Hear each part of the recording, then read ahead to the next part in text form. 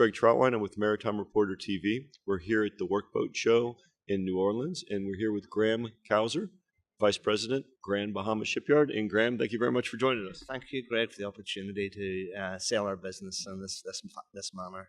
Absolutely. Well, Graham, I'm sure many of our viewers / readers know who Grand Bahama Shipyard is, but why don't you just give a quick overview of the yard? Okay. The yard was conceived in 2000. We were originally a company from the UK called Camel Laird. Okay. And Camel Laird ran into problems, and hence the formation of Grand Bahama Shipyard. We have good backers and a very strong business, and we continue to grow from 2000, where we had basically a greenfield site and one Panamax dry dock, to now we have the biggest dry docks and the biggest ship repair yard in the region. Okay. And we look to continue developing. Okay. Very good. You are a specialist in cruise ship repair, but I also know that you do a lot of other business. Can you just give me an overview of your markets and how you see them today? We basically operate off of 5 market basis, 5 market segments. We call them segment 1 being cruise, segment 2 being containers, segment 3 being ATBs, tug and barge, section 4 being tankers, and section 5 being offshore, and that's the global offshore market, from supply to drillers to rigs, etc. From that, traditionally we get roughly 40% of our business is from the cruise, 60% of our business comes from commercial. That fact is probably overlooked a great deal, and we unfortunately have the stigmatism of being a cruise yard only. Okay. That's where we're trying to dispel that we try and service the whole industry. Okay. And we successfully do it, although we just need to get the message out there that we are open for all segments of the business. Okay. We look to develop, we are spending a considerable amount of money in maintenance and capital expenditure. Okay. We've got 3 docks, and they're our lifeblood, so we have to keep them operational. And we're fortunate to say that our docks approximately are filled at 90% capacity a year, which is a great figure. Absolutely. You know, between 85 and 90%. So we're very pleased with that. But it doesn't give us much time for maintenance, so we have to cram it in whenever we get a chance. So the guys are always, if they're not busy working on ships, they're busy working on the docks. So, and then the other thing is, of course, us being in the Bahamas and being on an island, it's becoming more and more difficult to secure workers from outside on contracts. So we've invested heavily in a training program on the islands. How many people are you today? We're roughly, we range from between 600 to 1,000.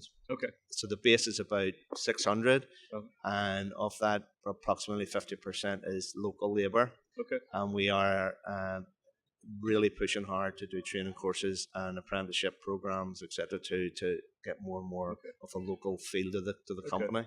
Okay. So it's really coming on. We've approximately, I think it's like nearly 70 apprentices coming through on a 4-year program. So that started like 4 years ago. Okay. And we also have initiatives going with the government, whereby we train people in skills such as scaffolding, rigging, painting. So we're trying to develop that local feel to it. Obviously, it's still a bit harder to get the skill, the steel workers and the pipe fitters and the mechanics, but that's all coming through with the programs. So we're pleased the way the company's going, and we see a really good future for it. Our location is prime. The cruise industry tends to be more scheduled in their delivery.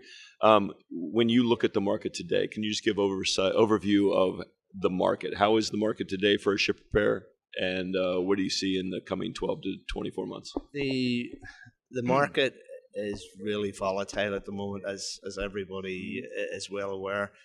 We're fortunate, as you mentioned, about the cruise vessels, because to suit their business, they have the positions booked with us a year in advance. Okay. And that's roughly between 24 and 26 ships a year. Okay. And we have programs already set for next year and starting to discuss 2018. So we're fortunate that way.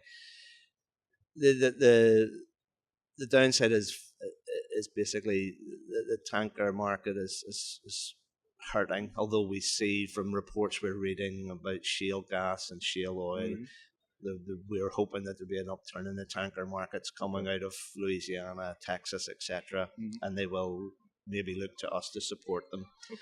To support the tanker business, we are invested in slops reception facilities. We're building tanks because we know that's a big requirement for the tanker markets.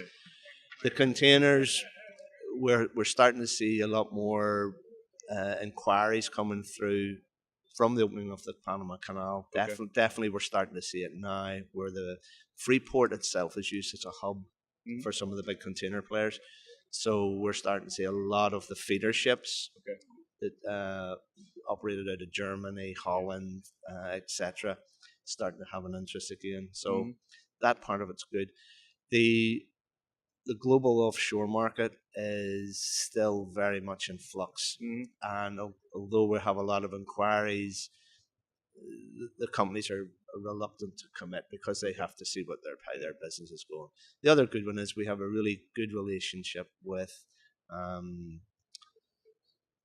Crowley. And again, we have a good already secured a lot of work from them for 2017 with their ATB program. So we're very fortunate to have that recognition.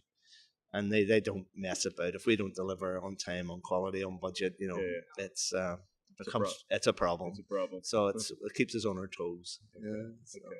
Okay. Thank you very much. I appreciate your time, and hope you have a good show. Thank you very much, Craig. And it's always a pleasure to meet you and to be supported by such a prestigious magazine. Thank you.